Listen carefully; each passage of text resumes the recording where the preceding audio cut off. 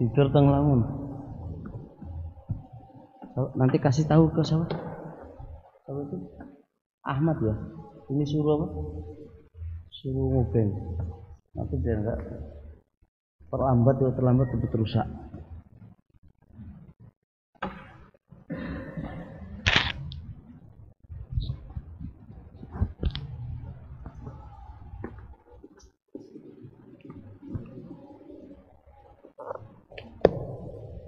Bismillahirrahmanirrahim. Alhamdulillah wassalatu wassalam ala Rasulillah ma ba'd.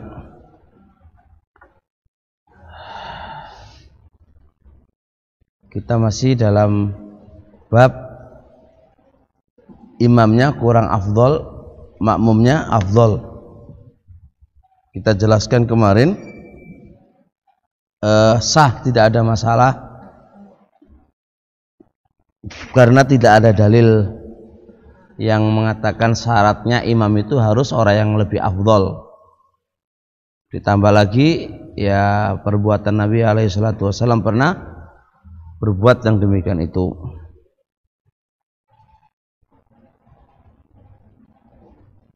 Taib, kemudian seterusnya wal aslu kaidah asal, ini penting, wal aslu kaidah asal. Anna sholata, bahwasanya sholat ibadatun, sebuah ibadah, yasihu, sah, ta'diyatuha, menunaikan ibadah tadi, sah, khalfa kulli musallin, di belakang orang yang sholat. Siapa aja orangnya, yang penting idza qama, apabila imamnya tadi melakukan bi arkaniha, rukun-rukunnya, wa adzkariha, dan zikir-zikirnya, ala wajhin jar majrur muta'alliqun, dengan qama, melakukannya dengan bentuk la takhruju bihi sholatu, sholat itu enggak keluar bihi, dengan ala wajhin, tidak keluar sholat itu anis surati al mujziati, dari bentuk yang dianggap sah. Itu aja kesimpulannya. Kalau imam sudah melakukan rukun-rukunnya, syurut-syurutnya, apa yang menjadi kewajibannya, dan dia sholat tidak keluar dari bentuk yang dianggap sah dari keadaannya, maka bermakmum di belakangnya itu juga dianggap sah. Hadza wa qaidah asal. Hadza wa qaidah, urusan dia rokoan, urusan dia begini, itu urusan dia. Bainahu wa bainallah, urusan kita adalah salat di belakangnya, berkaitan dengan salatnya kita. Kalau salatnya dia terpenuhi rukun syaratnya, dan Allah ya, ingat kaidah ini, Allah mengatakan sah salatnya. Kalau dia dihukumi sah salatnya, kenapa di belakangnya dihukumi enggak sah? Ya kan? Wong salatnya dia itu sah. Berbeda dengan gini, salatnya enggak sah. Bagaimana kita mengikut dengan orang yang salatnya enggak sah? Tentu kita enggak dianggap enggak sah, karena dia sendirinya aja enggak sah. Nah, kalau dianya sudah sah, ngapain di belakangnya kita dihukumi enggak sah? Enggak mungkin lah. Itu berarti menyelisih kaidah asal. Bisa dipahami enggak itu? Jelas ya? Nah, jadi itu kaidah penting. Kaidah penting hukum asal, ya, hukum asal salat itu ibadah. Baik. Dan sah saja ditunaikan di belakang orang yang sholat. Yang penting sholatnya dia sah, itu aja. Yang penting sholatnya dia sah. Kalau dia sah, berarti sholat di belakangnya itu sah. Kalau dia nggak sah, berarti sholat di belakangnya tidak sah. Jadi gampangannya, wahai orang-orang yang mengatakan nggak sah, pertanyaannya, kenapa nggak sah? Dia rokokan, dia begini. Pertanyaannya begini, kita nggak usah diskusi panjang-panjang. Sholatnya imam tadi, kalau dia sholat sendiri, sah nggak menurut kamu? Ya sah, ya wes selesai. Wong atus sendiri sholatnya, atus dia aja menghukumi sholatnya dia sendirian itu sah, kenapa nggak sah ketika kita bermakmum di belakangnya? Nah itu maksudnya.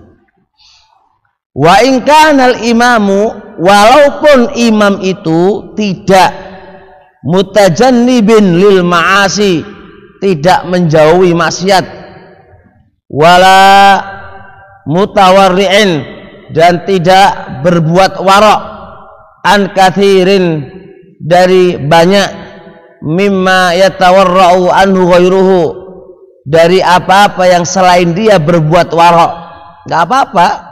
Walaupun imamnya itu tidak berbuat warok, yang mana selain dia itu warok banget. Urusan kita ya kan bukan urusan afdholiyah loh ya. Urusan kita bukan urusan afdholiyah. Bab masalah kita adalah sah apa nggak sah. Kalau afdholiyah jelas, kalau ada kata ada imam yang baik, ngapain dipakai gitu kan. Imam yang baik ya jelas jadi imam lah kan begitu. Tapi pembahasan kita bukan pembahasan afdholiyah atau tidak. Pembahasan kita sah nggak di belakangnya, itu masalahnya. Kalau afdholiyah ya kawan, ngapain kita orang yang ma'asi, ashabul ma'asi jadi imam? Pasti ada yang lain yang lebih baik. Nah, tapi permasalahan sah nggak, itu masalah yang baru. Kalau dia menjadi imam, oleh karenanya, falihada, oleh karena itu, fa inna syari'a, maka sesungguhnya syari', innama sesungguhnya, i'tabaroh menganggap, menjadikan i'tibar, menjadikan ukuran husnal qiraah, bagusnya di dalam membaca. Husnal qiraah ini ikhwan, yang paling tepat bukan bagus hafalannya, yang hafalannya ya. Innama i'tabara husnal qiraah, kalau ditabirkan dengan apa, kasratal hifdzi lebih bagus. Nanti saya hati membahasanya. Wa inna syari', maka sesungguhnya syari', innama i'tabara, sesungguhnya mengambil tolak ukur husnal qiraah, bagusnya bacaan, wal ilmi, bagusnya keilmuan, wasinni, dan umur. Memang syariat itu menganggap 3 tolak ukur yang menjadi imam. Satu adalah yang paling tepat adalah banyaknya hafalan. Yang kedua adalah apa? Pengetahuan ilmu. Yang nomor 3 adalah umur. Ini yang menjadi tolak ukur. Naam, seseorang itu layak untuk menjadi imam. Walaupun di situ nggak ada disebutkan adalah, nggak ada disebutkan itu kata-kata adalah. Rasul hanya menjadikan 3 itibar, dan tanpa menyebutkan adalah. Walam ya'tabir al-wara'a wal adalah, dan syariat tidak menjadi tolak ukur menjadi imam waroknya dan adalahnya, tidak menjadikan tolak ukur warok dan adalahnya. Warok itu apa? Berhati-hati, hatta perkara yang sunnah, perkara yang mustahab aja, bukan perkara yang mubah saja, kalau itu melalaikan dia dari Allah, dia tinggalkan. Itu namanya warok. Hari-hari dia adalah selalu waktunya dia li ta'atillahi azza wajal. Hatta perkara mubah itu enggak dia lakukan liwaroi, karena waroknya dia. Apa kata Rasul? Faqala ya ummul qauma, ya ummu al qauma. Saya lihat dan saya condong ya ummu adalah khabari bimana insya. Laisa khabariyah mahdha, khabariyah murni la, wa inama khabari bimana insya. Ya ummul qauma, hendaknya mengimami al qauma, suatu kaum, aqra'uhum li kitabillah, orang yang paling aqra', orang yang paling banyak hafalannya. Aqra' ay orang yang paling aktsaru hifdzan, orang yang paling banyak hafalannya, li kitabillah, kepada Al-Qur'an. Fa in kanu fil qiraah, dan ingat hafalan ikhwan di zaman dulu beda dengan di zaman kita sekarang. Mereka tidaklah menghafal kecuali perbaikan dulu. Makanya orang yang hafal Quran di masa dulu itu udah otomatis adalah tajwidnya, makhrajnya udah benar. Walaupun nggak disebutin kata-kata makhraj, kata-kata nggak disebutin, karena udah menjadi tabi. Orang yang hafal Quran adalah makhrajnya, tajwidnya bagus, itu udah tabi. Itu udah tabi. Jadi beda dengan zaman sekarang. Yang terpenting adalah ngapal aja kan, duna mura'ah, tanpa memperhatikan bagaimana makharijul huruf, bagaimana tajwidnya. Lebih ngeri lagi, yang penting suaranya suaranya enak gitu kan. Kalau suaranya enak, menutupi semua kekurangan-kekurangan yang ada. Saya pernah baca sebuah makalah qari yang ada di sebagian. Penamaan qari itu kan penamaan yang berat, yang besar. Ijazah, nama dia itu qari. Qari itu penghafal Quran yang sesuai dengan standar. Itu namanya qari. Nah, kita kan sering di kaset-kaset dia bilang qari itu label yang gede banget, yang membutuhkan tazkiyah dan syurut-syurut yang harus terpenuhi padanya. Jadi kita ini sering menamai qari itu bimujarrad husni saut, suaranya indah. Laisa dzalik. Al-Imam An-Nawawi dalam kitab Al-Bayan fi Hamalatul Quran sudah ngasih tanbih bahwasanya qari itu adalah harus terpenuhi syurut-syurutnya. Paling aqalliyah dia memiliki ijazah fi hifdzi wa dalam hafalannya dan dalam makharijnya, tajwidnya itu sudah ada ijazah. An-Nawawi membahas dalam kitab itu dalam penempatan waqaf. Banyak qari yang itu ala dakwah mereka itu qari la yurai, enggak memperhatikan pewaqafan tempatnya berhenti. Wa inama yang penting bagi mereka adalah suara-suara yang indah. Lalu saya membaca sebuah makalah lagi di beberapa makalahnya WhatsApp dari teman-teman yang ada. Itu salah satu Syekh Saudi juga mengingkari si fulan A, B, C qari. Aina qari? Mana ijazah mereka? Artinya qari yang mana? Standar orang dikatakan qari yang mana? Tidaklah itu kecuali mereka hanya suaranya aja yang indah. Suaranya atau yang indah. Tapi standar dia mendapatkan ijazah qari itu butuh ijazah, enggak ada. Sampai segitunya. Segitunya pengingkarannya. Nah, kita ini ya gitu, harusnya tadi sebelum hafal Quran perbaiki dulu bacaan kita, makharijul kita, harusnya begitu. Fa in kanu fil qira'ah sawaan, apabila di dalam hafalan itu sama, fa'lamuhum bisunnah, maka yang paling ngerti di antara mereka tentang sunnahnya Nabi. Fa in kanu fi as-sunnah, kalau pada sunnah itu sawaan sama, fa aqdamuhum hijratan, maka manakah yang lebih dulu hijrahnya? Wa in kanu fil hijrati sawa, jikalau dalam hijrahnya itu sama, fa aqdamuhum sinnan, maka manakah yang lebih dulu umurnya? Ini adalah hadis yang sempurna, dan ada beberapa hadis yang menjadi potongan hadis. Yang potongan hadis itu adalah ya ummul qauma aqdamuhum sinna. Hendaknya yang mengimami satu kaum itu adalah orang yang paling tua. Nah, ini diambil oleh sebagian masyarakat atau di sebagian organisasi, itu adalah yang lebih dikedepankan adalah tuanya. Nah, padahal itu potongan hadis tanpa melihat hadis yang sempurna, dan hadis yang sempurna adalah yang kita baca ini. Masalah umur itu urusan belakang. Ketika tiga perkara itu sama, baru masalah umur.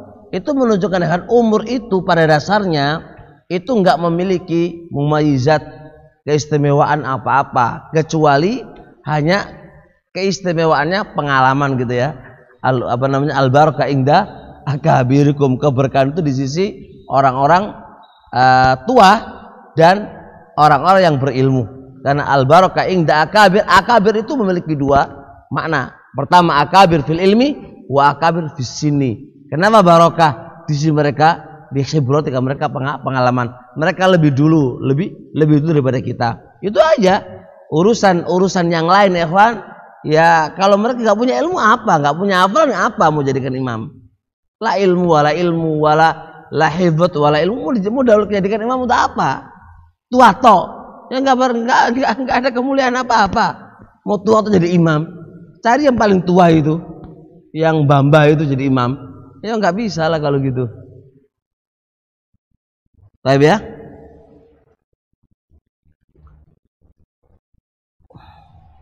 Nah di sini nggak ada kata-kata wara', nggak ada kata-kata adalah, nggak ada. Kemudian terusnya wa ghairuhu min hadithi Abi Mas'ud wa fi hadits Malik ibn al-Huwairits wal ya ummakuma akbaru nian wal ya ummakuma akbarukuma, yang paling tua. Ini potongan hadis yang harus kita lihat, hadis yang lain yang lebih sempurna. Wa sahihaini wa ghair wa istakhlafa an-nabiyyu, dan pernah Nabi alaihi salatu wasalam meminta menjadikan khalifah. Istakhlafan nabiyyu, Nabi pernah menjadikan khalifah, menjadikan pemimpin Ibna Ummi Maktumin alal Madinah, kepada Ibna Ummi Maktum untuk mengurusi Madinah, marrataini 2 kali, fasalla bihim, maka Ibnu Ummi Maktum mengimami mereka, wa huwa a'ma, sedangkan dia buta. Sedangkan dia imamnya buta, makmumnya apa? Melihat. Berarti mana yang lebih afdal, melihat atau buta? Melihat kan? Nah, jadi ini menunjukkan imamnya kurang afdal, makmumnya lebih afdal, itu nggak ada masalah. Nabi saja pernah menyuruh Ibnu Ummi Maktum menggantikan posisi beliau di Madinah sementara, dan itu sebanyak 2 kali. Nah, karena dia menjadi khalifah saat itu, walaupun dia sebagai pengganti Rasulullah Shallallahu Alaihi Wasallam, ya memiliki hak untuk ngimami, ngimami. Tab ini ikhwan, kalau kita lihat ditulis al hadis hasanahu al albani fi sahih Abi Dawud, al hadis hasanahu al albani fi sahih Abi Dawud.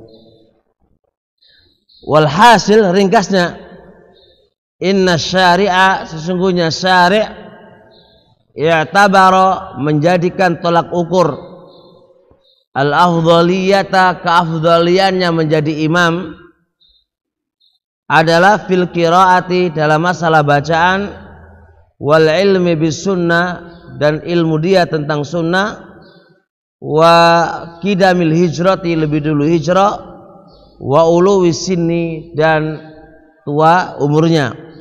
Fala yambaghi, nah maka tidak selayaknya, lil mafdhul, orang yang kurang afdal, fi misli hadhil umur, pada semisal perkara-perkara ini, ayya umma al fadila, ngimami orang yang kurang afdal, illa biiznihi, kecuali dengan izinnya. Maka enggak kurang bagus lah seorang yang enggak hafal Quran ujuk-ujuk langsung tronyol mau jadi imam itu kan. Boleh, cuma pamitan dulu, Mas, aku tak jadi imam dulu ya, gitu kan. Ya wis ora apa kan, tapi kan dia enggak punya hafalan. Ya, atau dia orang yang enggak ngerti sunnah, enggak ngerti dalil, ngerti ilmu, ujuk-ujuk nyerodol jadi imam, kan enggak pas. Artinya pamitan dulu karena kondisi kamu itu kurang mulia. Kalau ada kata nyerobot aja pun, ya sah nggak? Tetap sah. Nah, wala i'tibarah bil fadli fi ghairi dzalik, dan tidak ada tempat tolak ukur di dalam keutamaan di selain itu. Nggak ada menjadikan tolak ukur dalam masalah keutamaan di selain itu. Yang ada hanya 4 saja, ya, hafalan Quran, ilmu bis sunnah, apalagi satunya, hijrah, dan ulu lebih tua umurnya. Selain itu enggak ada. Taib qala al-musannifu rahimallahu taala, wa amma, adapun auliyatu, keafdaliannya, kelayakannya, ayyakunal imamu, adalah imam harusnya minal khiyari, orang-orang pilihan. Afdaliyahnya memilih imam itu enggak semua orang, harusnya orang-orang pilihan. Itu namanya aulia. Keafdaliannya, kebagusannya memilih imam itu harusnya minal khiyari, orang-orang pilihan. Wali hadis Abbas ibni Abbas, karena hadis ibni Abbas radhiyallahu taala qala Rasulullah sallallahu alaihi wasallam, ij'alu a'immatakum, jadikan imam-imam kalian adalah khiyarakum, orang-orang baik di antara kalian. Fa innahum, maka sungguhnya imam-imam kalian itu wafdukum, utusan kalian, fi ma bainakum wa baina rabbikum, antara kalian dan antara Rabb kalian. Kita ketika sholat jamaah ibaratkan imam ini adalah utusan kita yang mengantarkan kita antara kita dengan Allah Subhanahu wa taala. Ini hadis rawahu Daruqutni, ini hadis ikhwan ditulis fihi Husain ibnu Nasr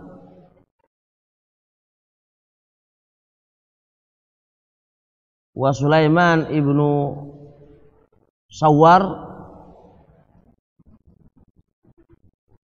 wa Umar ibnu Abdurrahman ibnu Yazid, kulluhum du'afa. Fi Husain ibnu Nasr 1, wa Salam ibnu Sulaiman ibnu Sawar 3, wa Umar bin Abdurrahman ibnu Yazid, wa Umar bin Abdurrahman ibnu Yazid, kulluhum du'afa. Ungdur Al-Dha'ifa rakam 1822.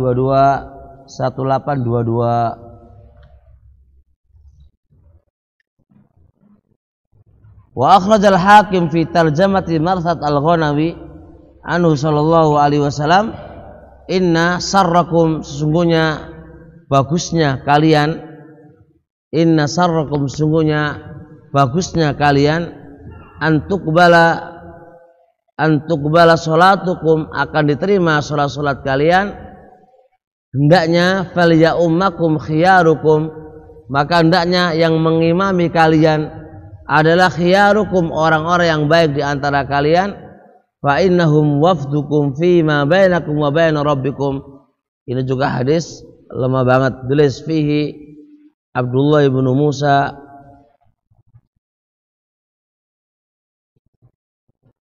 wa Yahya ibnu Ya'la al-Aslami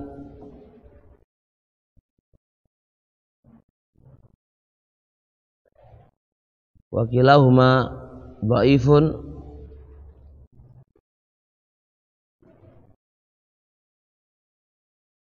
wa fi aidan al-Qasim as-Sami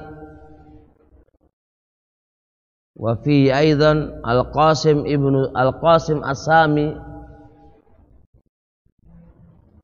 qala al-Wadi'i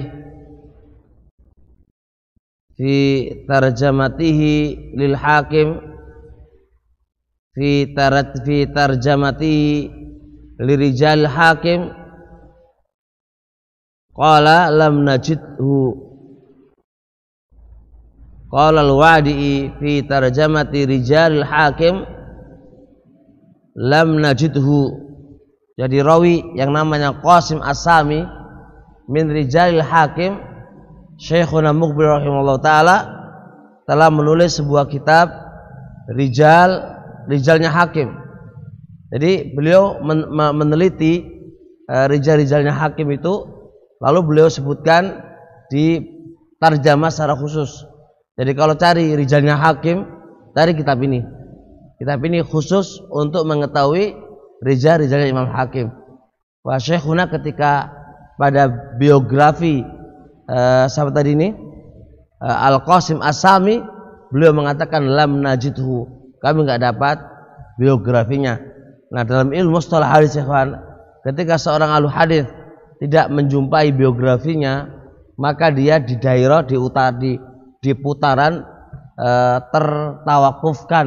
Nah, kalau tertawakufkan berarti apa? Menjadilah hadis itu lemah. Baik, sampai di sini insyaallah. Subhanakallah bihamdik, asyhadu an la ilaha illa anta, astaghfiruka wa atubu ilaik.